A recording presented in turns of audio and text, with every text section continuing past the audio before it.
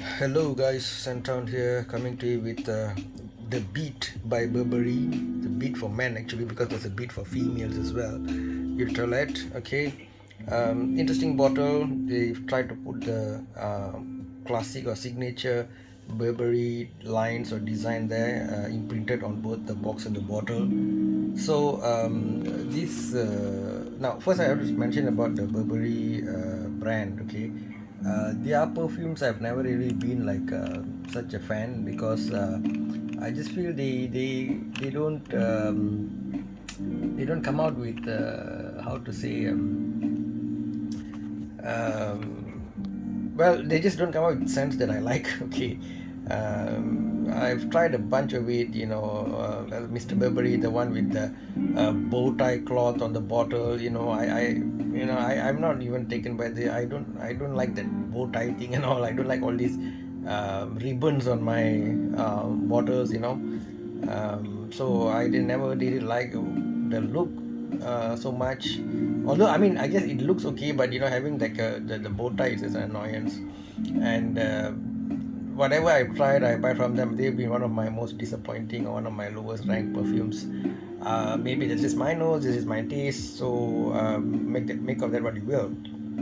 Now, the beat, honestly, it's a bit better than the others, but this is not gonna be a popular one, guys, because this one will only suit, I think, guys in a very very specific kind of environment. It has the potential to shine, but for versatility, I think it's very poor. It does remind me somewhat of Lalique Ancanor, because the vetiver element, I think this is basically a citron vetiver and what do you call it, black pepper, of course. Right now, the black pepper give it a sharpness. There are some perfumes, if you want to make it more formal or what, you can add that sharpness, you can put in the black pepper on it.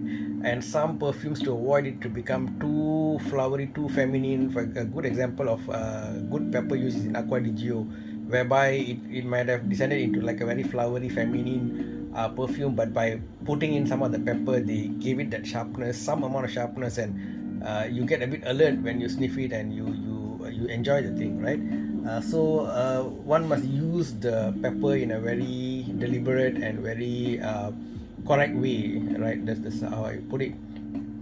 So this perfume was made under the noses of not any Tom, Dick, and Harry, but good old Olivier Polge, who've given us some legends.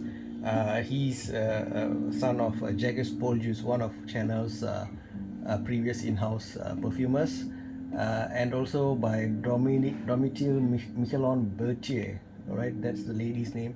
So the two of them came out with this, and the creativity is there, definitely, I would say, because this doesn't smell like many perfumes. Okay, but at the same time, we want different better, not different not so better. You know what I'm saying or not?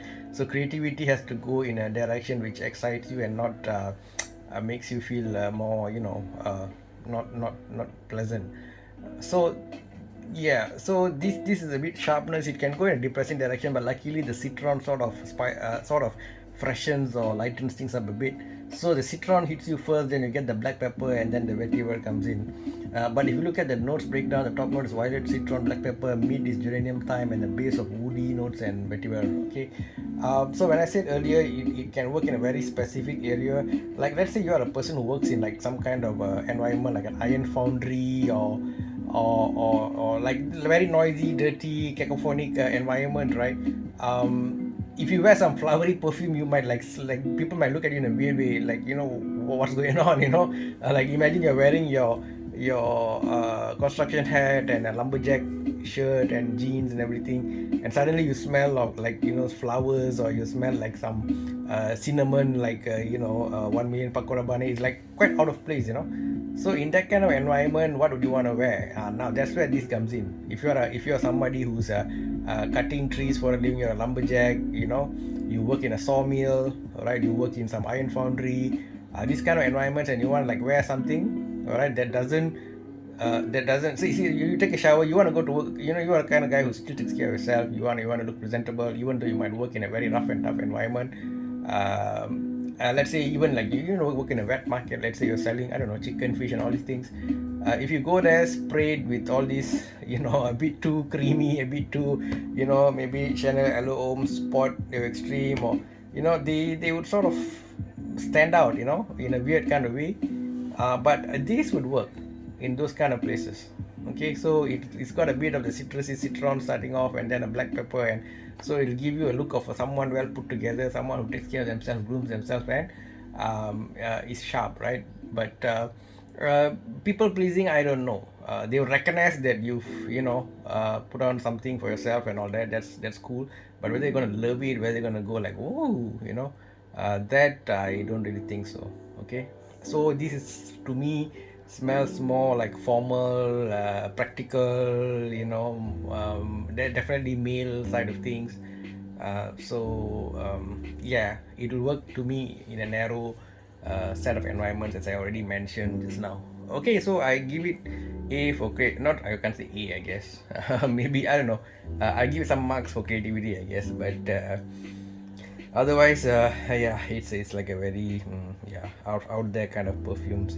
Even if you see people talking about it, yeah, nobody's like losing their mind over it, except I think one guy, if I'm not mistaken, in the what do you call it, in the cyber world, right, mentioned that he got one of the most compliments in this. I can't remember the person. I'm sorry. I apologize. That it's his most compliment getting. So you might be that one person. Who knows? So definitely no blind buy. Definitely, if you have a few perfumes to buy, this does not have to be on the top of your list. However, if you see suddenly a great discount, you got time to sort of smell it on yourself, test it first, and you work in a certain environment where you don't want a typical perfume, then you can consider this. So I give this 1.5 out of 5, guys. Burberry is a beat, and I hope Burberry will try to move forward in their perfumery game. That's it from scenthound. Take care. Bye bye.